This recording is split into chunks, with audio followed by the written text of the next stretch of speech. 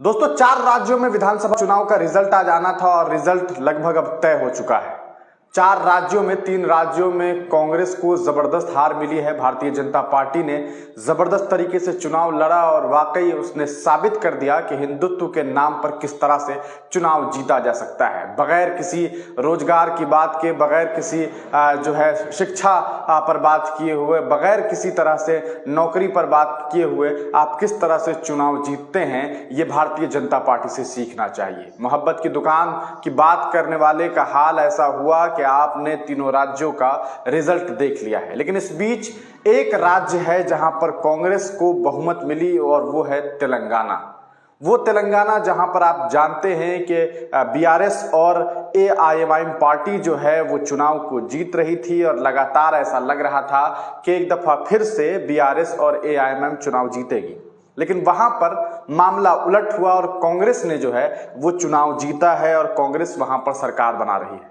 लेकिन इन तमाम चुनाव को देखा जाए और इस पूरे चुनाव के रिजल्ट को देखा जाए तो इसमें जो सबसे बेहतरीन रिजल्ट रहा है वो रहा है एआईएमआईएम पार्टी का, क्योंकि उनका जो ट्रेडिशनल सीट था, जो 7 विधानसभा क्षेत्र था, उन 7 विधानसभा क्षेत्र में ओवैसी के तमाम नेताओं ने जबरदस्त तरीके से फाइट किया और आखिरकार उन्होंने 7 सीट अपनी बचा ली है। आपको बता दें, तेलंगाना में 119 टोटल सीट्स थी, वहां पर 9 सीट पर जो है ओवैसी ने अपने नेता को खड़ा करवाया था। हालांकि मुझे व्यक्तिगत रूप से लगता है कि एआईएमआईएम पार्टी को चाहिए था कि कम से कम वो अपने 20 से 25 कैंडिडेट को खड़ा करते, लेकिन उन्होंने ऐसा नहीं किया। शायद हो सकता है कि बीआरएस से उनका इस पूरे मामले को लेकर के कोई समझौता रहा हो या इसके पीछे जो भी वजह रही हो, लेकिन अभी जो चुनाव का रिजल्ट सामने आया है उसमें देखा जा सकता है कि 7 सीट पर ऐतिहासिक जीत जो है वो एआईएमआईएम पार्टी ने हासिल की है। आप स्क्रीन पर देख सकते हैं कि किस तरह से तमाम जो इनकी जो सीट्स हैं, जो प्रमुख सीट्स हैं, वहां पर इन्होंने चुनाव जीत लिया है और ये जश्न का माहौल आप देख सकते हैं। दारुसलाम में किस तरह से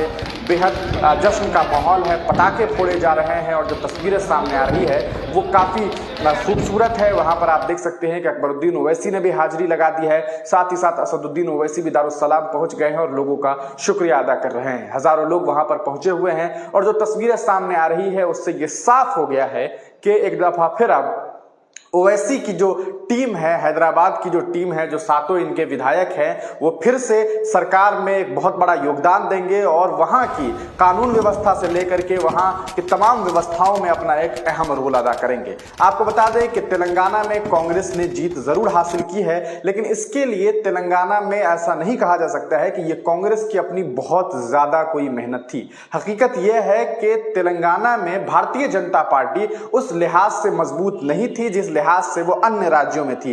यही वजह है कि 2 राज्यों में अपना मुख्यमंत्री होने के बावजूद कांग्रेस वहां पर बुरी तरीके से हार गई और सबसे बड़ी बात थी कि छत्तीसगढ़ में जहां पर उनकी बहुत अच्छी पकड़ थी वो सीट भी वो हार गए। राजस्थान में तो हारना ही था, क्योंकि वहां पर इनका जो कहा जा सकता है कि आपसी रंजिशें इनके अंदर इतनी थी। कांग्रेस के जादूगर कहे जाने वाले अशोक गहलोत साहब को खुद गद्दी से इतना प्यार था कि उन्होंने गद्दी छोड़ दी, लेकिन गद्दी को इस तरह से छोड़ी कि अब उस दल का कोई भी नेता गद्दी पर बैठने के लायक नहीं रह गया है। बात करें अगर मध्य प्रदेश की, तो मध्य प्रदेश में तो इनके पास बहुत अच्छा मौका था, लेकिन वहां पर इन्होंने जो है वो ग्राउंड लेवल पे काम नहीं किया। अगर ये काम करते तो वहां पर चूंकि भारतीय जनता पार्टी यकीन लोगों का खो चुकी थी, लेकिन उसने बाद में जाकर के इसे कोप अप कर लिया और उसने वाकई लास्ट के 1.5-2 महीने में जो मेहनत की वो काबिले मिसाल है और इसके लिए शिवराज सिंह चौहान बधाई के पात्र है, क्योंकि उन्होंने बहुत जबरदस्त तरीके से जो है वो आखिर के वक्त में काम किया और लोगों के दिल को जीत लिया। वरना हकीकत ये थी कि भारतीय जनता पार्टी की स्थिति मध्य प्रदेश में काफी खराब हो गई थी। तो मतलब साफ है कि एक जगह आपका आपसी रंजिश था, दूसरी जगह जो थी वो ये थी कि आपके पास टीम वर्क नहीं था, आप सही तरीके से काम नहीं कर सके, आपने मेहनत नहीं की। और तीसरा सीट छत्तीसगढ़ आप इसलिए हार गए क्योंकि आप ओवर कॉन्फिडेंट थे, आपको लग रहा था कि यहां तो हम जीत ही जाएंगे। लेकिन भारतीय जनता पार्टी ने ऐसा कहीं भी नहीं किया। जहां पर उनकी सीट्स थी वहां पर भी, जहां पर नहीं थी वहां पर भी, और जहां पर उन्हें कोई उम्मीद नहीं थी वहां पर भी उन्होंने मेहनत किया। और यही वजह है कि भारतीय जनता पार्टी की तेलंगाना में भी 9 विधायक जो हैं वो जीतते हुए दिखाई दे रहे हैं। मतलब आप समझ सकते हैं कि जहां पर इनका कोई मेहनत नहीं था, जहां पर इन्हें कोई उम्मीद नहीं थी, वहां पर भी ये सीट लाए हैं। और वहां पर कांग्रेस ने भले 65-66 सीट जो है वो अपना जीता है, लेकिन ये बात साफ होती दिखाई दे रही है कि चूंकि वहां कांग्रेस जीत गई है तो उम्मीद है कि आइंदा आने वाले वक्त में भाजपा वहां मजबूत हो जाएगी। क्योंकि कांग्रेस का जो काम है, कांग्रेस जिस तरह से काम कर रही है, कांग्रेस जिस तरह से चुनाव लड़ रही है, वो बिल्कुल भी सही नहीं है। उनकी स्ट्रेटेजी सही नहीं है, उनके आपसी जो मसले मसाइल हैं वो इतने ज्यादा हैं, उनमें नेता बनने की इतनी होड़ बनी हुई है कि वो चुनाव हार रहे हैं। लेकिन काबिल मुबारकबाद है असदुद्दीन ओवैसी, जिनकी पार्टी ने जबरदस्त तरीके से जो है चुनाव लड़ा और 7 सीट पर उन्होंने चुनाव जीता है और जीत हासिल की है। अब कुछ लोग ये कहेंगे कि कांग्रेस का उन्होंने वोट काटा और अक्सर इन्हें बी पार्टी कहा जाता है, तो हम आपको ये बात बता दें कि पूरे विधानसभा में 119 सीट पे 6 मुसलमानों को कांग्रेस ने जो है टिकट दिया और उन जगह पे टिकट्स दी जहां पर पहले से ही समझ लीजिए कि मुस्लिम कैंडिडेट्स जो थे वो अवेलेबल थे। दूसरे उस सीट पर देने का कोई मतलब नहीं बन रहा था। आप हैदराबाद के हब में ले जाकर के जो है वो कांग्रेसी को टिकट दे रहे हैं, मुस्लिम जो है कांग्रेस जो है मुसलमानों को टिकट दे रही है उस जगह पे जहां पे पहले से एआईएमएम पार्टी जो है वो मजबूती से चुनाव लड़ती है और वहां पर उनकी पकड़ है। वहां पर आप जानबूझ करके 6 लोगों को टिकट देते हैं और 6 लोग वहां पर कांग्रेस की तरफ से जो मुस्लिम उम्मीदवार थे वो चुनाव हार गए हैं। इससे यह मामला साफ हो गया है कि कहीं ना कहीं कांग्रेस जो है वो सॉफ्ट हिंदुत्व पे काम कर रही थी, लेकिन सॉफ्ट हिंदुत्व की जो सोच थी इनकी वो कहीं ना कहीं ये कहा जा सकता है कि हार्ड हिंदुत्व जो था वो वहां पर जीत हासिल कर ली। और सॉफ्ट हिंदुत्व को लोग क्यों चुनते, क्यों ही जाते चुनने के लिए? यहां पर जो लोग भी वोट कर रहे थे उन्होंने हिंदुत्व के नाम पे वोट किया, उन्होंने हिंदू राष्ट्र के नाम पर वोट किया, उन्होंने मुसलमानों के आरक्षण के खत्म होने के लिए वोट किया। उन्होंने इसलिए वोट किया क्योंकि जहां तक हो सके, जैसे हो सके, भारत में जो है हिंदू राष्ट्र को अपनाया जा सके। उन्होंने राम राज के लिए वोट किया। उन्होंने बहुत सारे उनके जो मुद्दे थे वो मुद्दे थे ही नहीं जो असल में मुद्दे होते हैं। वो तो शुक्र है कि साउथ के एरिया में तेलंगाना के जो लोग हैं वो साउथ में आते हैं और साउथ में जो है वो भारतीय जनता पार्टी का उस हिसाब से वर्चस्व नहीं बन पा रहा है क्योंकि वहां पर ज्यादा पढ़े लिखे लोग भी हैं और ज्यादा वहां पर आपको जो है समझ लीजिए कि भाजपा से वहां इसलिए लगाव नहीं है क्योंकि वहां के लोग ज्यादातर जो लोग हैं वो हिंदू मुसलमानों के चक्कर में नहीं फंसे हुए हैं। यही वजह है कि भारतीय जनता पार्टी अन्य राज्यों में तो चुनाव जीत रही है, हिंदी पट्टी में चुनाव जीत रही है, लेकिन साउथ के एरिया में ये चुनाव नहीं जीत रही है। एआईएमएम पार्टी की बात करें तो चार मीनार से इनके जो है विधायक बने हैं। आपको चंद्रयान गुट्टा से अकबरुद्दीन ओवैसी ने जबरदस्त जीत हासिल की है। लगभग उनकी जीत का मार्जिन जो है वो 80,000 के आसपास बताया जा रहा है। हालांकि उसमें क्या कुछ आगे पीछे होगा आंकड़ा वो हम आपको बाद में बताएंगे, लेकिन उन्होंने जबरदस्त तरीके से चुनाव जीता और वो 6ठी दफा विधायक बन गए हैं। जी हाँ, 6ठी दफा वो विधायक बन गए हैं चंद्रयान गुट्टा से।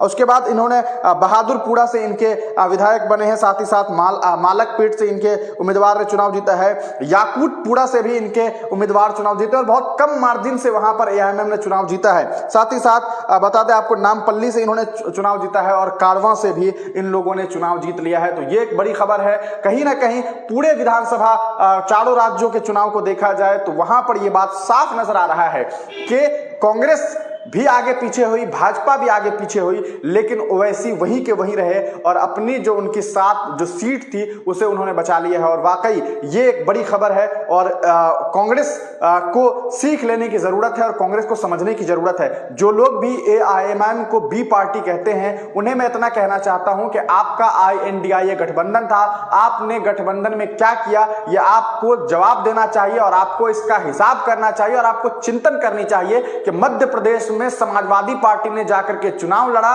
और 1-2 नहीं बल्कि 70 सीटों पे चुनाव लड़ा और 70 सीटों पर वो लोग चुनाव हार गए। और 70 सीटों पे चुनाव हारने के बाद अब आपको सोचना चाहिए कि क्या किस तरह का गठबंधन था आपका कि आपके अपने लोग जिसके साथ आपने तस्वीरें खिंचाई वो आपके खिलाफ खड़े हुए और आपको हरवाया और वहां पर भारतीय जनता पार्टी को चुनाव जितवाने में खूब मदद की। तो क्या इससे आप ये कहेंगे कि अखिलेश यादव भाजपा की बी टीम है? आप ऐसा नहीं कहेंगे क्योंकि वो मुसलमान नहीं है, बस यही एक वजह है।